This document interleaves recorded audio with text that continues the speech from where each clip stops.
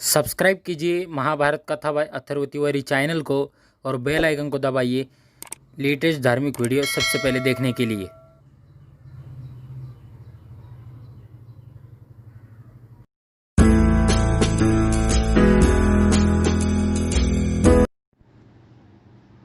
नमस्कार दोस्तों, मैं अथर्व तिवारी आप सभी का मेरे YouTube चैनल महाभारत कथा बाय अथर्व तिवारी इसमें मैं आप सभी का आज एक नई वीडियो लेकर स्वागत करता हूँ। तो आज का हमारा विषय है भीम द्वारा जयद्रथ की दुर्गति। एक बार पांचों पांडव आवश्यक कार्यवश बाहर गए हुए थे। आश्रम में केवल द्रौपदी, उसकी एक दासी और पुरोहित धौम्य ही थे। उसी समय सिंधु देश का एक राजा जयद्रथ जो विवाह की इच्छा से शाल देश जा रहा था। अचानक आश्रम के द्वार पर खड़ी द्रौपदी पर उसकी दृष्टि पड़ी और वह उस पर मुग्ध हो उठा। उसने अपनी सेना को वहीं रोककर अपने मित्र कोटिका से कहा, कोटिक, तनिक जाकर पता लगाओ कि यह सर्वांग सुंदरी कौन है। यदि यह स्त्री मुझे मिल जाए तो फिर मुझे विवाह के लिए शाल देश जाने की क्या आवश्यकता है।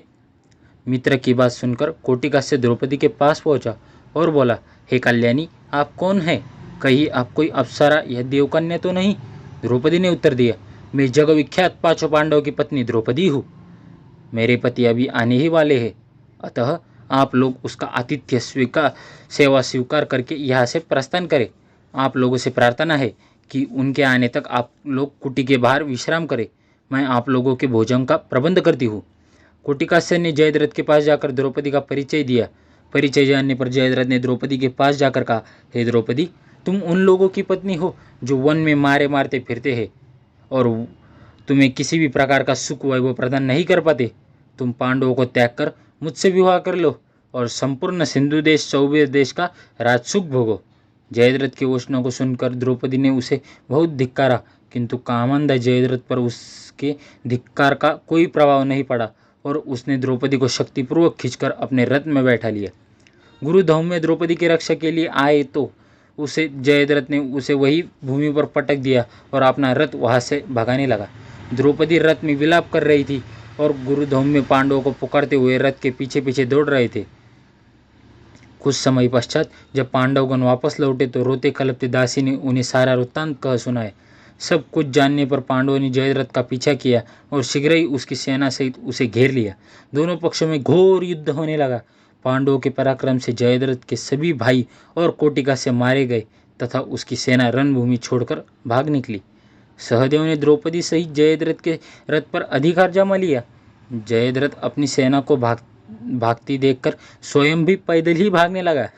सहदेव को छोड़कर शेष पांडव भागते हुए जयद्रथ का पीछा करने लगे। भीम तथा अर्जुन ने लपक कर जयद्रथ को आगे से घेर लिया और उसकी चोटी पकड़ ली।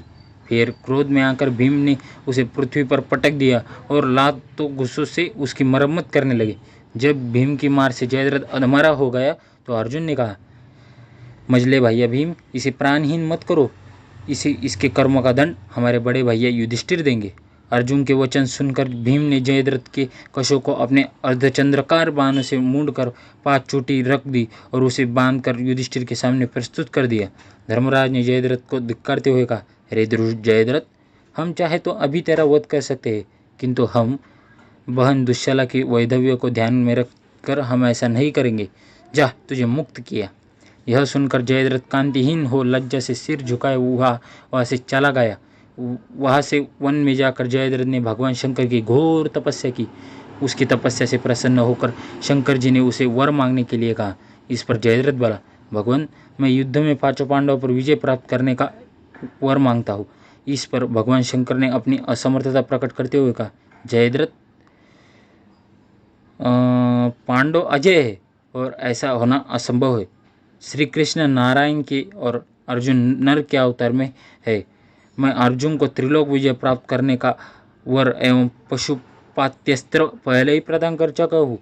हाँ, तुम अर्जुन की अनुपस्थिति में एक बार शेष पांडवों को अवश्य पीछे हटा सकते हो। इतना कहकर भगवान शंकर वहाँ से अंतर्ध्यान हो गए और मंदबुद्धि जयद्रथ भी अपने राज्य में वापस लौट आया। तो दोस्तों, अभी के लिए फिलहाल इतना ही। आपको वीडियो पसंद आया होगा तो लाइक एंड शेयर करना ना भूलिए और आपका कोई सुझाव होगा तो कमेंट बॉक्स में मुझे कमेंट करके ज़रूर बताएं। अभी के लिए मुझे दीजिए इजाज़त। बहुत बहुत धन्यवाद। हरे कृष्णा।